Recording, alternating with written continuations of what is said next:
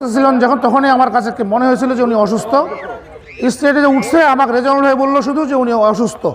কি সমস্যা বললো যে এই সমস্যা।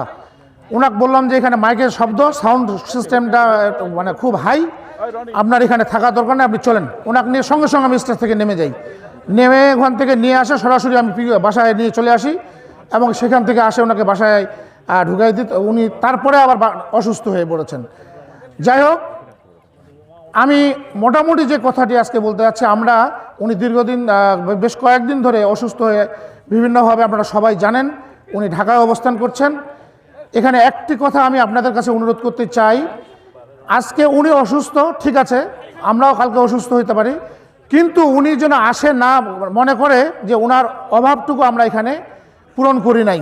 আমরা যদি সবাই জাহিদুর রহমান মনে করি নিজেকে, আমরা নির্বাচনী প্রচারণাটা অবশ্যই আমাদের নিজ নিজ জায়গা থেকে প্রতিটি ইউনিট থেকে আমরা চালিয়ে যাব এই আশাবাদ ব্যক্ত রাখে, এবং জাহিদুর ভাইয়ের জন্য যেন আরও দ্রুত সুস্থ আমাদের মাঝে ফিরে আসতে পারে এই মঙ্গল কামনা করে, ওনার জন্য দোয়া আছে, সবার সুস্বাস্থ্য মঙ্গল কামনা করে আমি আমার কথা এখানে শেষ করছি। ভালো থাকবেন, সুস্থ থাকবেন।